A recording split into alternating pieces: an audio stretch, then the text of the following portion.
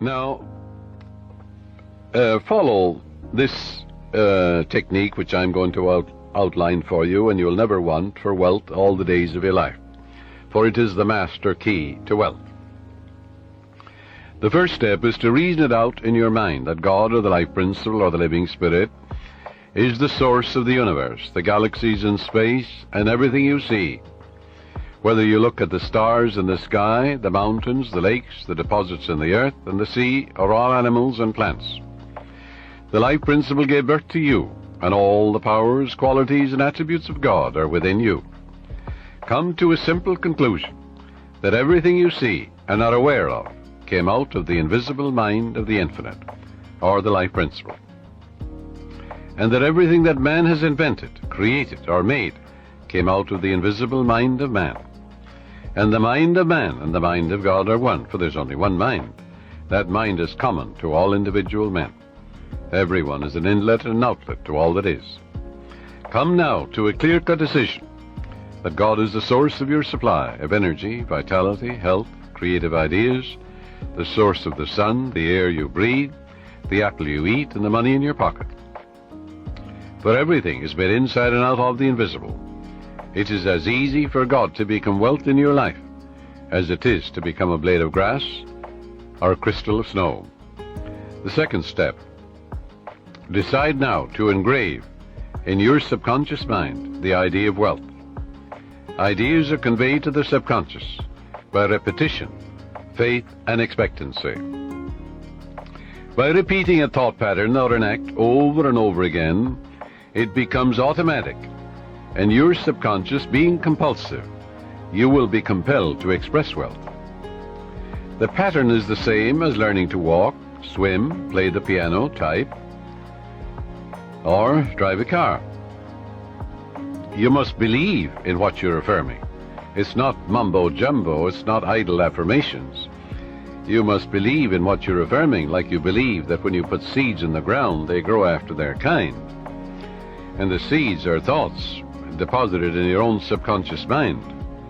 Realize that what you are affirming is like the apple seeds you deposit in the ground, and they grow after their kind. You can imagine the seeds going from your conscious to your subconscious mind and being reproduced on the screen of space. By watering and fertilizing these seeds, you accelerate their growth. Know what you are doing and why you are doing it. You're writing it with your conscious pen in your subconscious mind. Because you know, wealth is walk down the street and you see it. Can you count the flowers along the road as you drive? Can you count the sands on the seashore? Can you count the stars in the sky? Can you count the wealth that you're walking on? Yes, underneath you. Maybe oil, gold, silver, uranium. If you ever think of the riches of the sea, the soil, the air. So third step is repeat the following affirmation for about 5 minutes, night and morning. I am now writing in my subconscious mind the idea of God's wealth. God is the source of my supply, and I know God is the life principle within me, and I know I'm alive. And all my needs are met at every moment of time and point of space. God's wealth flows freely, joyously, and ceaselessly into my experience, and I give thanks for God's riches forever circulating in my experience. Step 4. When thoughts of lack come to you, such as, I can't afford that trip, or I can't meet that note in the bank, or I can't pay that bill, never finish a negative statement about finances. This is mandatory. Reverse it immediately in your mind by affirming, God is my instant and everlasting supply, and that bill is paid in divine order. If a negative thought comes to you 50 times in 1 hour, reverse it each time by thinking and affirming, God is my instant supply, meeting that need right now. After a while, the thought of financial lack will lose all momentum, and you will find your subconscious is being conditioned to wealth. If you look at a new car, for example, never say, I can't buy that or I can't afford it. Your subconscious takes you literally and blocks all your good.